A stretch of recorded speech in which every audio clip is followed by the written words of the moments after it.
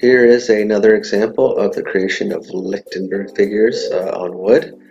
And the power source for this particular demonstration is a transformer from a microwave. And I believe this is 2000 volts of electricity being applied. And you can see these fractal patterns being formed. And he's just adjusting the clamps, and he's going to repeat the process. And yeah, just very interesting stuff. And we can find examples of this in nature as well. Next, we're going to create these Lichtenberg figures in some plexiglass, and it even captures the electricity for a short time. But you have a fossilized Lichtenberg figure here, so a souvenir. Next, we're going to take a look at Google Earth in search of some more Lichtenberg figures as they appear in nature. But I wanted to introduce you to a theory called electrical scarring. And this electrical scarring, it is a theory that some surface features are caused by electric discharges. These include various craters in valley or river systems. So I just wanted to introduce that theory to you, and now we're going to go and look on Google Earth. We're going to start our journey outside of the United States looking for these Lichtenberg figures, and then we're going to work our way back to the United States for the last few examples. But let's start in Burma.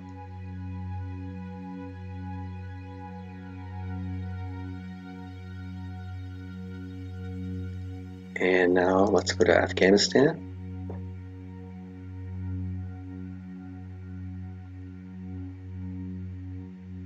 And let's try Algeria.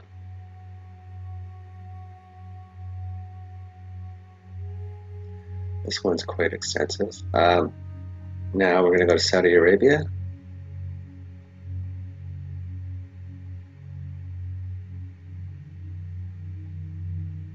Now let's go to the west coast of Canada in British Columbia, the northwest portion of British Columbia. And this one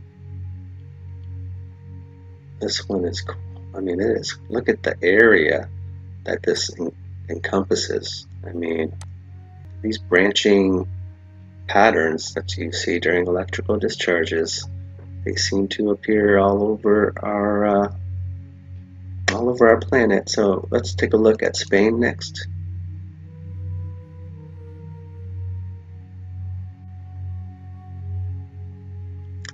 And according to the electric scarring theory, channels can be carved out in these patterns and they can become river systems.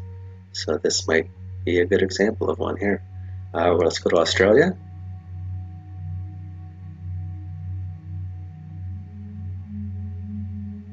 Nice one there. Just wanted to get some perspective on where we were. Okay. Now let's go to Malaysia.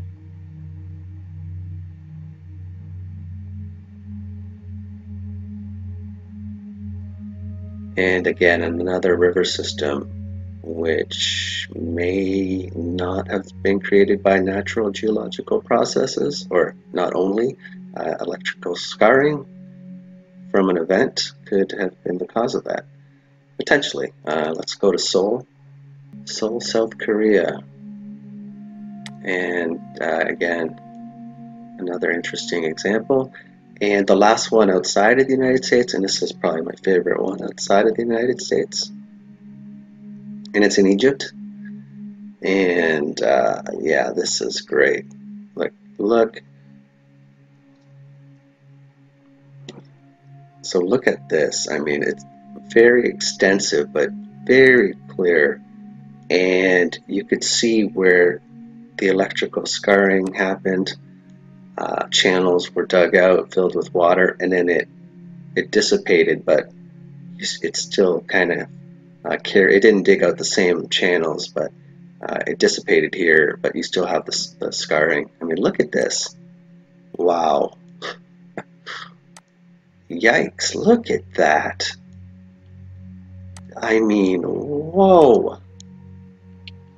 We're roughly, okay, we're down the Nile a bit there around that area.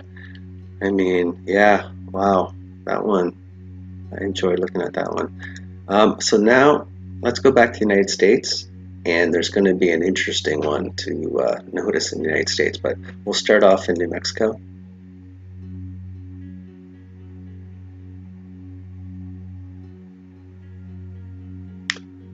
Again, you know, just a whole vast area. And as you can see, there's another one in New Mexico I'm going to highlight. And that one is pretty impressive as well. Now let's go to Alaska. And this area seems to be a good example of them as well. And we're going to go to Arizona.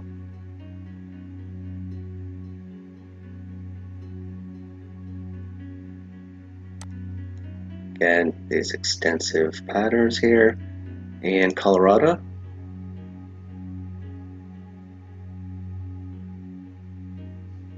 I mean, look at this, and you probably noticed on the way towards this, all of this. So, I mean, gee, this area. And now, this last example I'm going to show you, it's kind of surprising, but when you look at it, maybe not so surprising. So this is the Grand Canyon, and the official origin of the Grand Canyon by the mainstream is that it is the result of constant erosion by the Colorado River over millions of years.